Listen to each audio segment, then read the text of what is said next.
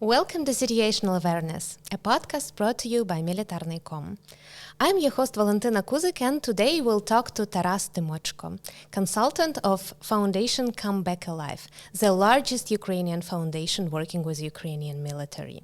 Taras is also leading a Dronefall project, and he'll tell us more about this and all activities that foundation is leading.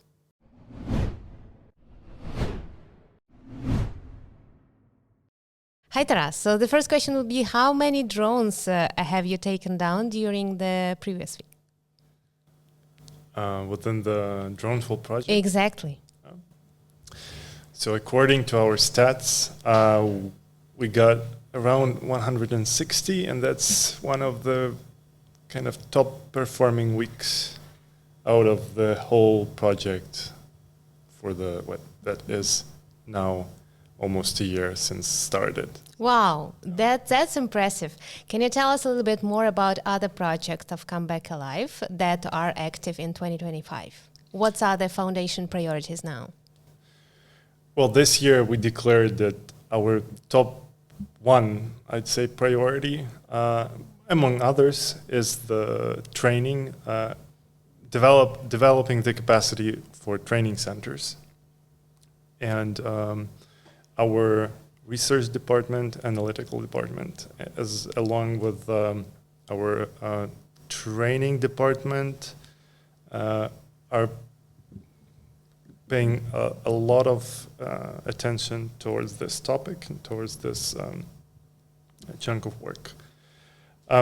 What's behind this kind of direction of work is that we are trying to, first of all, to formulate what are the main problems in the within the training sector of the defense forces.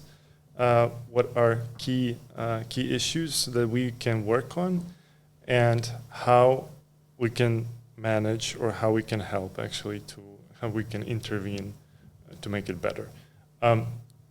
So that's one. I'd say the second one is we are paying lots of attention to Dronefall project, but along with it, there is another really similar project that we implemented with our long-standing partner, Nova Post.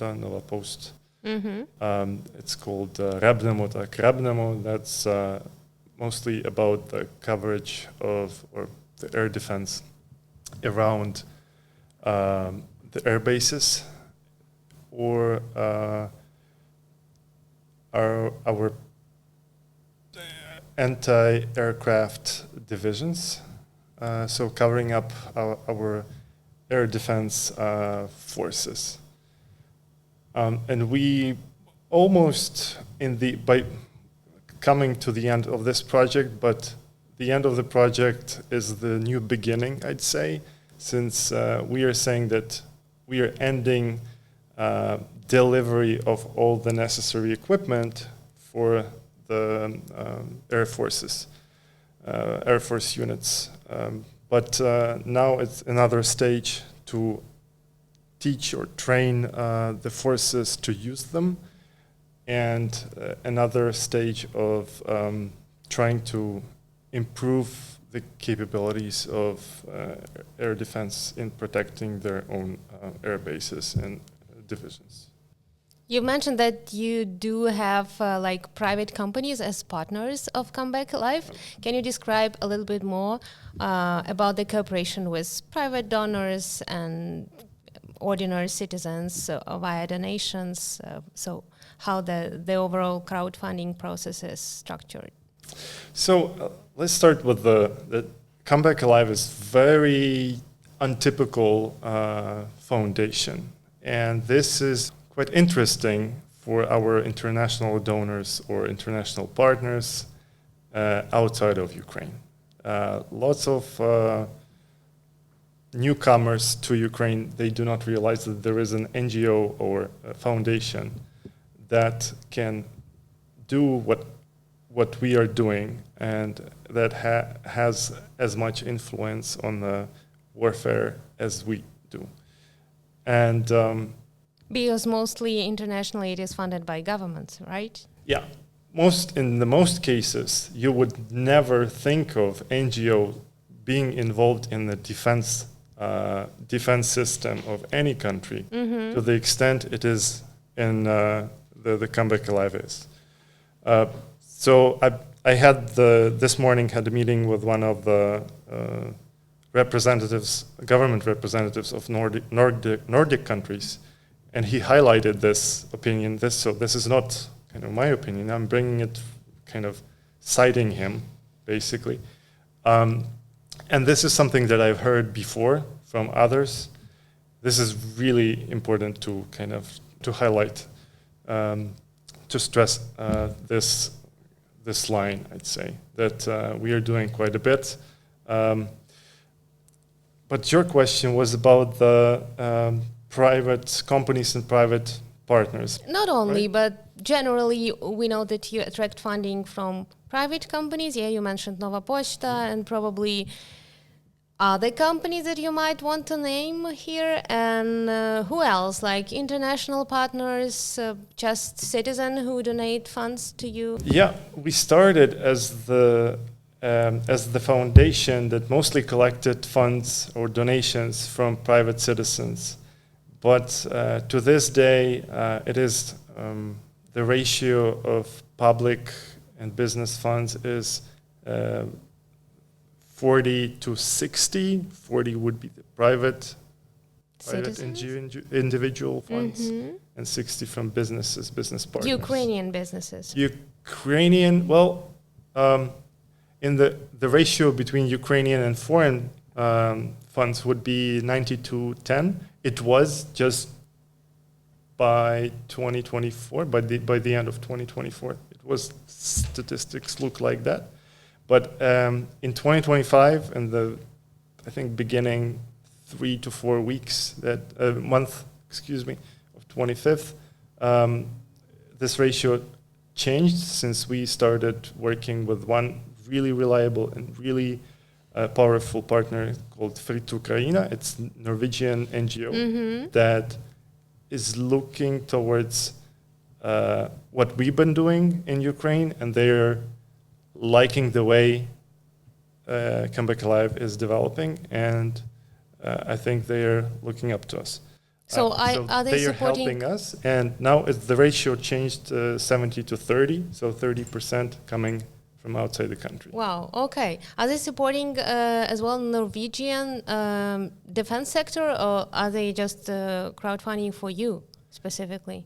They are helping Ukrainian armed forces, Ukrainian defense forces, but a huge part of their donations are going through us, through the Comeback Alive, and for the projects that we implement.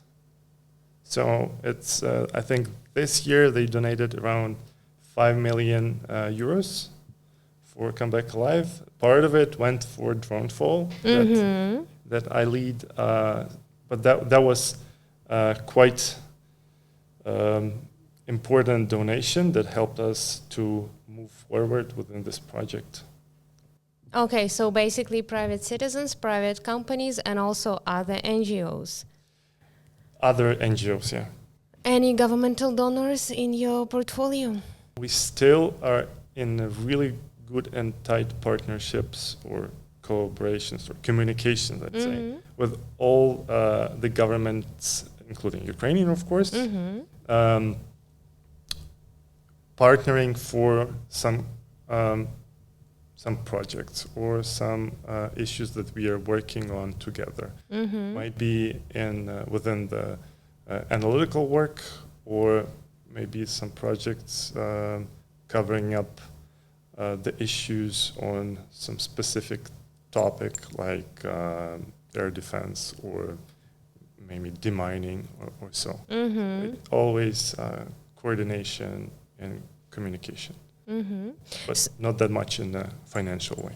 Okay, got it. So you mentioned different tracks that Comeback Alive has. Yeah, you mentioned the training program, which is a priority for for the foundation for this year at least.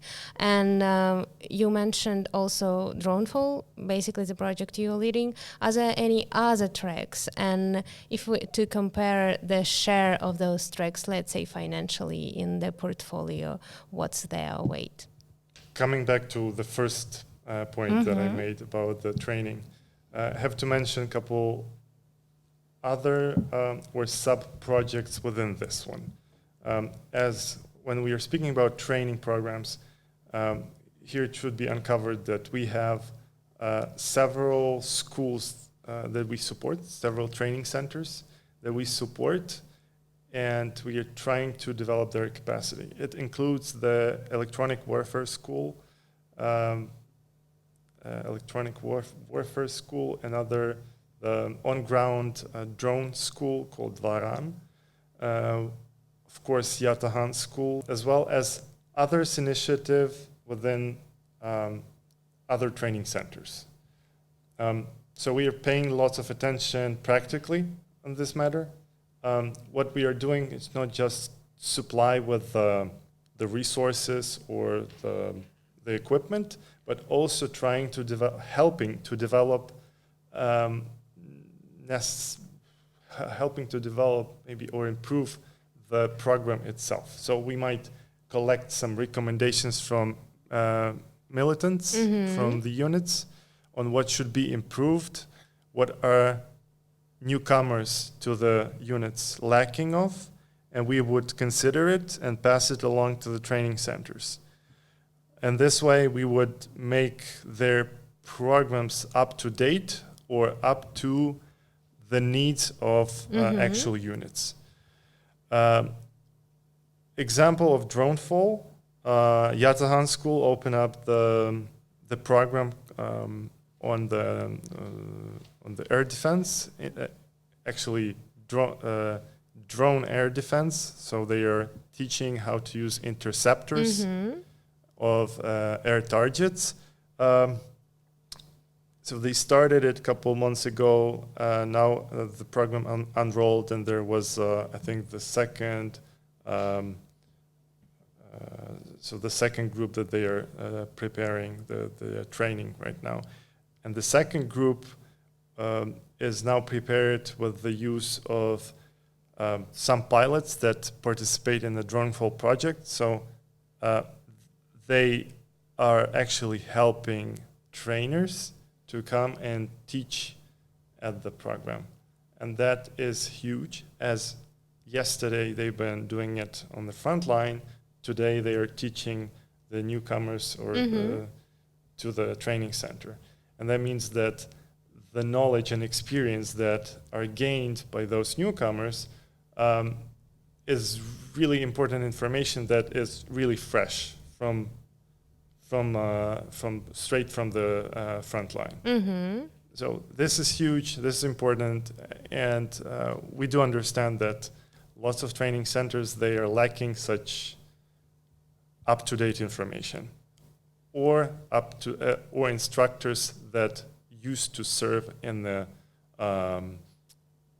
military units, the combatant units, within past 6 months or a year. Because if the instructors are those that served way before the year, it means that they might not have the actual information that is really important nowadays. So it is up to date. So we are trying to make it work on not just quality of quantity of people that we are preparing in the centers, but also the quality of the program we roll out there. I'm seeing you're a big fan of the training program, but are there any like procurement programs in Come Back Alive? So are you doing this as well? Yeah, I have an education background. I used to work in the education sector for many years, and that's why it's really close to your heart. Yeah. Oh, okay. Yeah, but you're Makes right. sense. You're right. The Come Back Alive has lots of different projects that are focused to help with the supply, with an equipment, to cover up the needs of the Ukrainian armed forces or defense forces overall. So some of the sectors that we cover within the projects or in a daily operational activity, it would be helping out with electronic warfare means. We would be helping with the drones, with the air reconnaissance drones, the tactical or in-depth reconnaissance drones as well. We would be we do help with communication means, so the radio stations, the repeaters, and so forth. We do help. We do help with to provide the aid to command centers, needing sometimes the equipment that is not typical for what you would imagine, like printers, like computers and stuff. It costs substantial amount of money, but it's not gonna buy itself, right? So lots of requests from there. It is really important to know or understand how the foundation works. So we have the whole department of military managers that are in constant touch with the units. Each of the manager has its own branch of units. So, for example, some would be working with the territorial defense. Others would be covering up the needs of National Guard. Every month, we would be collecting the needs or requests from each of the unit that works with us, and then verify it. What do I mean by verifying the need? For example, if you're receiving the request for 100 repeaters that cost approximately 200,000 hryvnias, so it's more or less $5,000. And the request for one brigade is 100 repeaters, you would understand that this is not relevant or valid request. Why? Because no brigade in Ukraine has so many repeaters. So you're kind of approaching you're approaching this with criticism or with the kind of competent approach. Okay. So you have this data collected within the years, and you also work with so many units that you can basically compare, and analyze yourself. This way we can be really effective in what we are doing, and so we have the expertise, as you said, gained or accumulated through the years. We do know and understand how every unit works, what usually and what for it needs, and thus we can basically provide effectively with the spending, not spending any additional excessive funds. Thank you. Okay, great. So let's get back to the training program, since you love it that much. I've heard, in interviews that the head of the foundation, Taras Tymochko, was giving to Ukrainian media, that it's really hard to fundraise for that kind of activity, because nowadays everyone is like watching YouTube videos and all those drone operation strikes, which look really nice, and people love to donate to something that can either kill Russians, can we say that? or I don't know, destroy the actual military capabilities. And it's just much less sexy to donate to training, because it's just a bunch of computers and the guys sitting at the computers looking at them. So is it true? Is it your perspective? Why it's so complicated to fundraise for that type of activities? And please explain to our audiences why it's still so important. You're definitely right that the huge advantage of projects like Dronefall is that you provide the short-term results, proving them with the video materials that can be displayed, that can be provided to the audience. And then audience sees that the funds that they donated, they've been used in a good way, that we like immediate result. Exactly.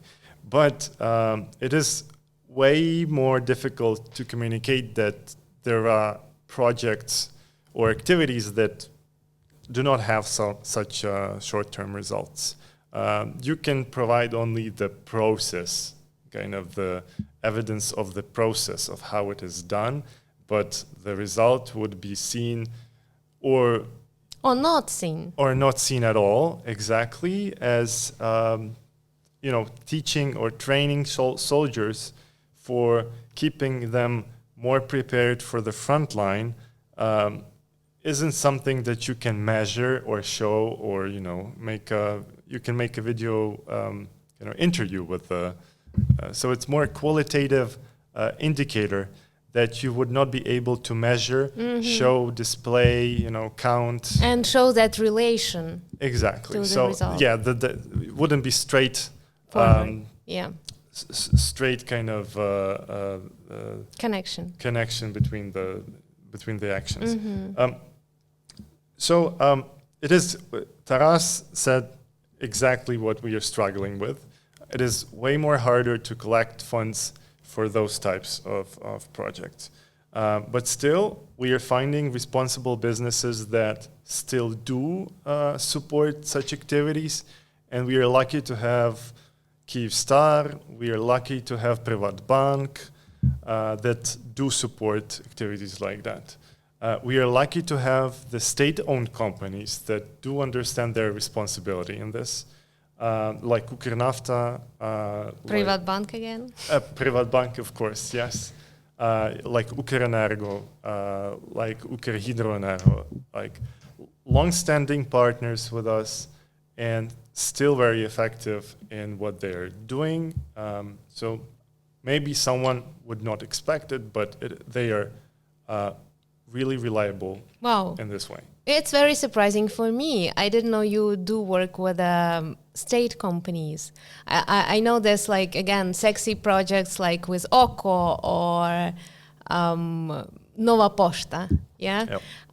Can you tell us a little bit more about the specifics of working with Ukrainian businesses? Like, you definitely started it not right away as a foundation was founded, but a little bit later, as far as I understand. So, how you build that connections, and what's the difference of working with private companies, Ukrainian private companies, and state-owned? I think starting from 2022, by the end of the year, there was an understanding that we need to engage with the businesses as they have greater capacity of donating or investing into their own safety, and they have their or interest security because they the still whole need to have country. business here. Exactly, yes. If you donate, if you protect, then you're able and more confident that your business stays safe and your funds and investments stay more safe. And can rise, because as we know, Nova Poshta became even bigger and more important during the war. Exactly. And I think that everyone benefited greatly from every donation that state or private companies made throughout the years with Come Back Alive. So the first collaboration, I think, was by the end of 2022. We partnered with the Oko company, the petrol stations company. And that was the first thing that we provided. We've been buying first-line weaponry, I think, and that was the mortars we've been purchasing since we got the license for purchasing lethal weapons. And this is really unusual to tell to any foreign partners again. that the NGO can basically buy the lethal weapons. And we got this license, and we do buy them a lot. But for doing it, you have to always have the partner like OCO. We helped throughout the years for the territorial defense forces that have been just formed in 2022, basically rolling out their activities. But they've been lacking the weapons that they needed, the mortars, the machine guns, and so forth. Again, then we started supplying it to the in 2023.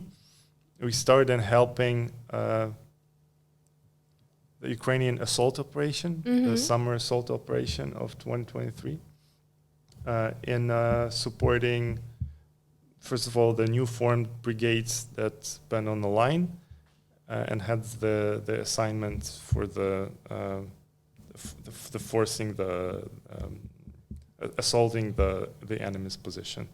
And then we've been also using quite a bit of the partners' money for this part of our activities. And then again, the third project was with the OCO company, was the Pull Strong, the famous one that you might have seen on every petrol station of OCO. That was helping 9 brigades and 1 regiment of the airborne forces, and we've been purchasing and supplying them with the transportation, with the communication means, with the anything needed for the reconnaissance. So, and I think that was the whole package that consisted of various different things. That was pretty much of a huge success, as airborne units are huge, I'd say, friends and fans of Come Back Alive now, as they've received a lot and been really thankful to us, and we are thankful to them as well for doing what they are doing, protecting the country. Let's unpack a little bit the mechanics of that, because like for people who live in Ukraine, it's quite easy to understand what you are talking about, because we come to the gas station and we are filling in our cars, and we are paying from the price of each liter of the gas, you pay an amount to the Come Back Alive. Is that correct? Exactly. Like you would if you purchase 5 liters of the petroleum, you would from every liter of petroleum you would donate 1 hryvnia, and this way we collected what we collected overall. We collected almost 500 million hryvnias. That is quite a bit, a little bit more than $100 million. $100,000, right? I don't know. You're doing the math. Yeah. So yeah, that was huge, and everyone, every buyer and every consumer could. Buying the petroleum could be attached to the defense of Ukraine and feel the ownership. So what was the feedback from those private companies, let's say overall, and maybe specifically OCO? Are they saying that they managed to, I don't know, have higher profit because of those campaigns with you? Or I'm not sure about the profits, but I do realize that now we are doing the 4th project with so OCO, they are interested, and that's the Dronefall project. So they do like the cooperation with us. That's a badge of quality. Yeah, I hope it is. So they like working with us, and we like and honor and respect working with them. So I think that more or less they do realize their responsibility for this social responsibility, or This is not just social responsibility. It is our state is what on a stake right now. Yeah, exactly. So they are. And how is the cooperation with Nova Pošta built? In the same gamified way or a little bit different? Nova Pošta has been a huge partner that's been focused on the air defense for many years, and this year it is the third project with Nova Pošta. Nova Post, and I hope they're gonna continue after this one. Do they also pay you from each parcel, or is the mechanic is different? The mechanic is different. They have the fixed donations. Mm-hmm. They do also promote any of our companies or activities, whether like advertising you. Yeah, so okay. they're helping us with the public relations part. Mm-hmm. And advertisement again. So yeah, this is how it is. But they also donate from their pocket, and in the end, all the consumers of Nova Pošta, they also feel this responsibility and ownership of this aid and help. Mm-hmm. So I guess it works. It's win-win situation for everyone. Yeah. For us, for consumers, for the companies, and for the state, and the society. So it's such a specific that like all the Ukrainians are living here and all of us are interested in Ukraine winning, let's say. And is the cooperation with international partners different? You mentioned a little bit about the Norwegian fund you're working with. Can you also expand a little bit more about how your communication, coordination, cooperation with the international partners broadly is structured? So, Free to Ukraine, I mentioned. Mm-hmm. This is one of the biggest partners so far. And this cooperation became really important to us as we are capable now to manage more and to deliver more with their aid. But they are not just helping us with the money.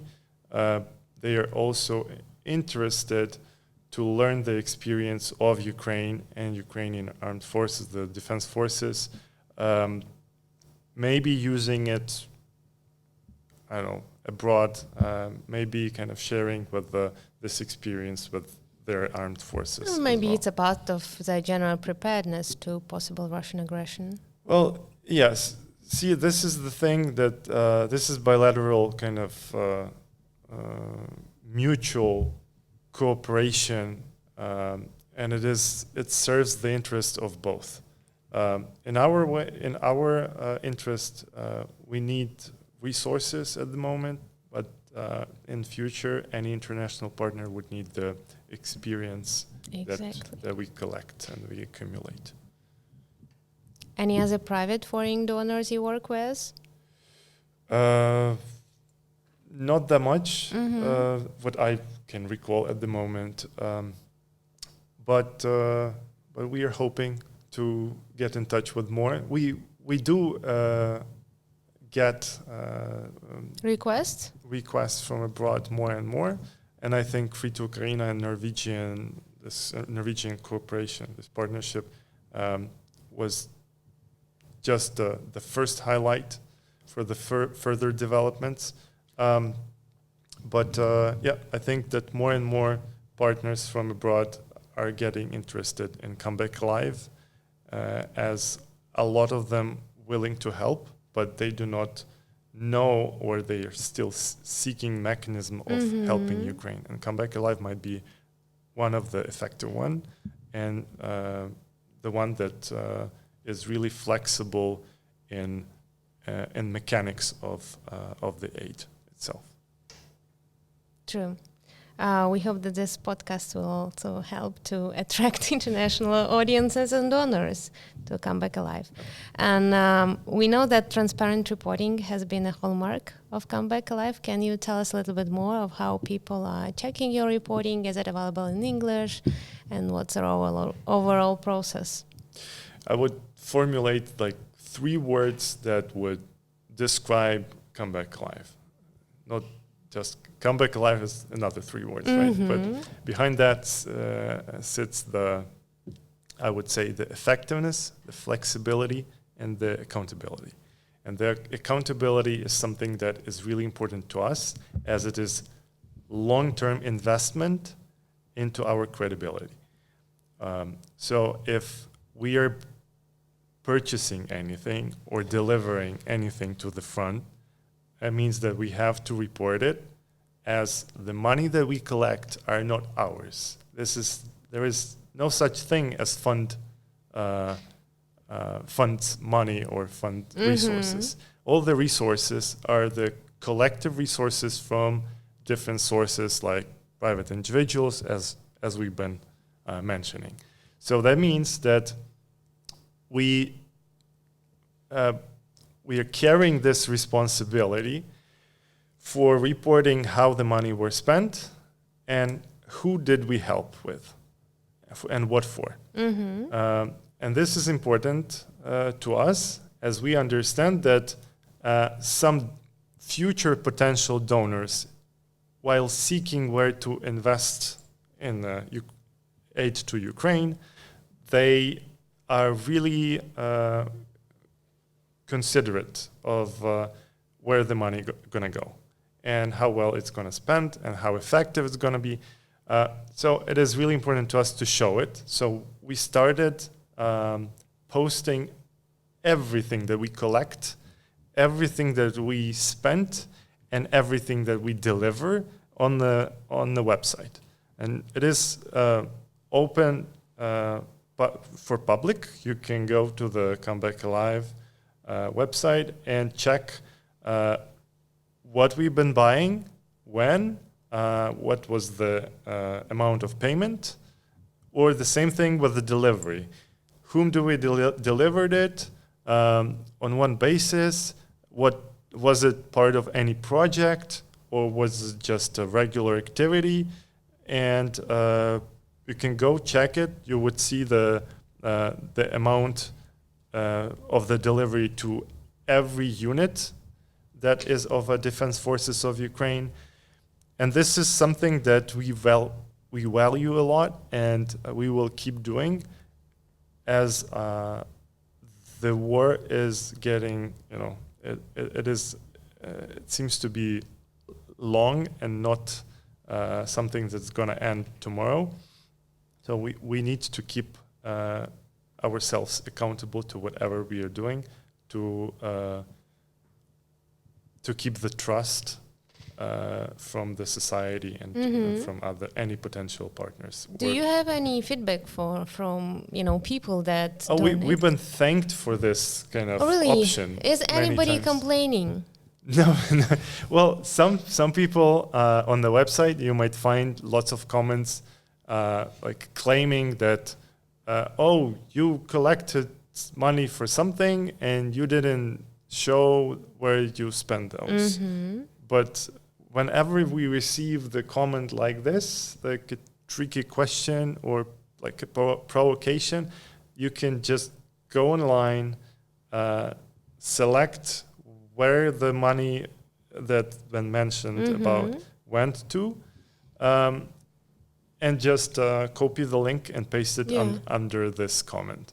And that is really convenient, really saves time for the discussion, or it's just the fact that if there were money collected, there was a delivery that been followed after.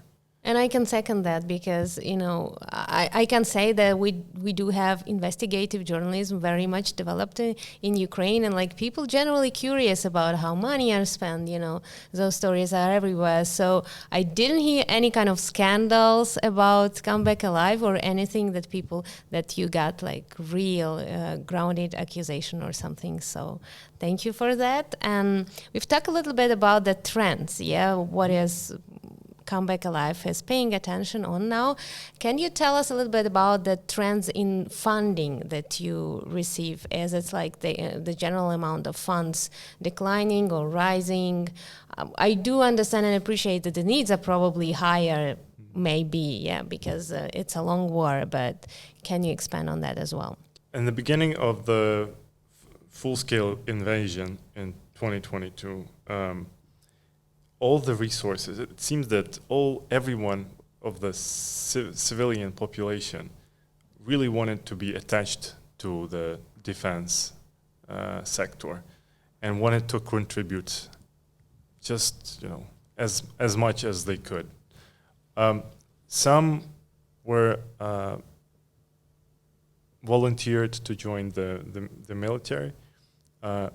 Some were trying to help delivering or helping with logistics, with the medical trainings, tactical medicine trainings, anything like this.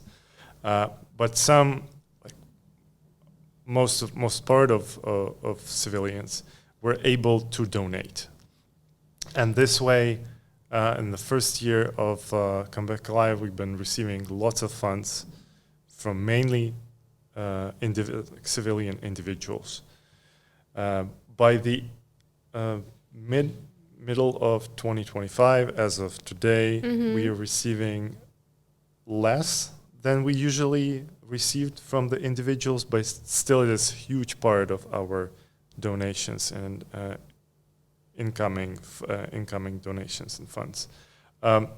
Even though, as I mentioned, 40%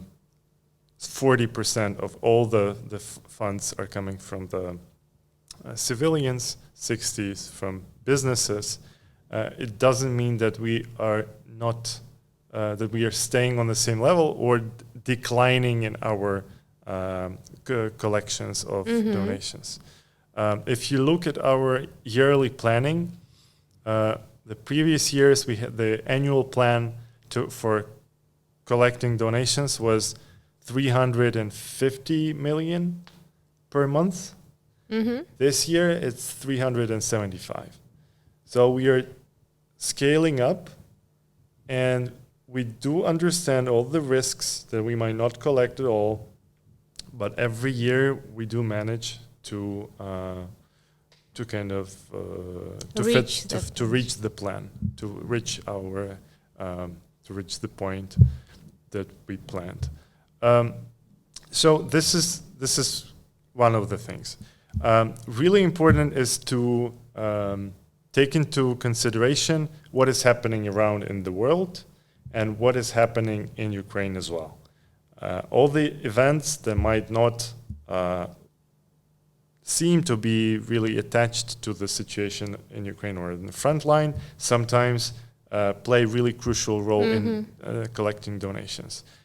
Recalling the Oval Office controversy, if you remember the two presidents or our representatives, Ukrainian representatives and Americans sitting in one cabinet. After this case, we've been receiving a lot from the United States. Oh, wow. First of all, lots of private funds and donations coming from there. So Donald Trump helped you a lot.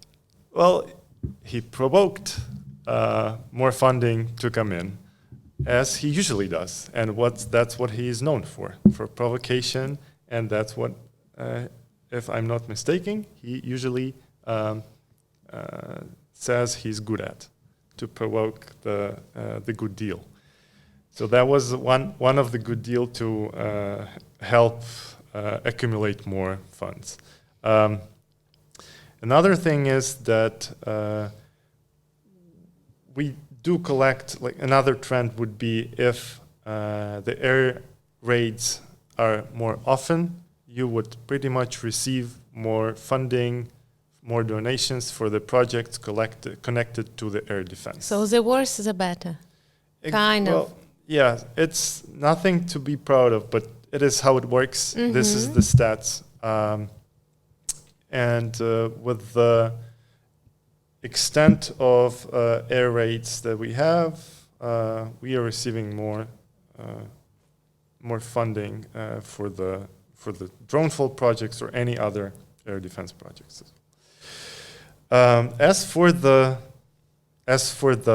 fund itself, it is really important to understand that this institution has its long history, and it's been already 11 years since we've been found, since the foundation was found in 2014, after the start of the war. Maybe someone do not understand or remember, but the war started back in 2014, not in 2022. Yes, it was a little bit of a different kind of war, maybe not to that extent. It wasn't the full-scale invasion, but people were losing their homes. People were still, unfortunately, losing their lives. And, there have been huge impact of the military actions that been before the full-scale invasion. Unfortunately, we've been dealing with it for 10 years. We have this experience. We're bearing and carrying it. And the foundation itself been helping throughout these 11 years. What we were doing before, we've been helping a lot. There was a huge part of foundational activities connected to the optics, like thermal optics, night vision optics, that been increasing chances of our forces to visually to detect the enemy on the front line, and thus keep their forces in relative safety. So this part of activity was increasing chances of our infantry and troops on the ground to save their lives, increase their chances of living and staying in good health and shape. So that was important part of our activity that was considered to be innovative, and because nobody back in 2014 was thinking about any kind of infrared and like thermal optics that would be a huge aid for the infantry. But we did, and we've been carrying this project for many years. Then we had, with the full-scale invasion, we started lots of different directions or sub-projects or areas of work, including demining or the mining safety, as we call it, including artillery trainings for those that are using the artillery in, basically artillery specialists. So we had a couple artillery instructors helping to work on the precision of the artillery means or weapons. Then we had this huge sniping area of work, still do. Really professional instructors within the foundation. Really proud to work with them. And we keep doing it. We had this huge project of sniping last year. It has been ended, but still it is a big part of our activities. Tactical medicine is another part. We are focusing a lot on not just the aid on the front line, but we also in a good communication, constant communications with the Ministry of Defense, Ministry of Health on any developments that might, on the legislative level, might help to save lives on the front line. For example, we might be helping with such issues as the permits for the blood donation, not the transplantation on the front line. Who might do it, the transplantation itself, in what conditions, where, these are points of discussions. Our specialists might be in a good use as they are competent to express their opinion on this matter. And this way we might be in a good cooperation with the government, helping them to understand what the issues really are and how to address them. Air defense, this is something that I mentioned. I'm going to do it again. The infantry weapons, I mentioned again. Do you work with veterans? Oh, we do, yes. That's a non-combatant area of work that we have. Really important, as it helps our veterans to get back to life, to civilian life, however you might find it normal, and to make it as normal as you can, and to find yourself in new conditions of your perspectives or your life or whatever you're up to, like helping them to find yourself in self-realization. What this program contains, like any trainings, consultations, something like that? One of the approaches we use is the sport activities. And through sport activities, it is often a really good way to get the control back. Exactly, yes. Get the control back. It's also part of the team effort, as lots of veteran sports are the team sports. So you're meeting new people, you're communicating with them, you understand the common issues and problems, that they are common with yourself as well. So you're not fear that much of, you're not that anxious that you're just all by yourself. So this is the way that we are approaching our veterans, and we are really proud to have this part of activities.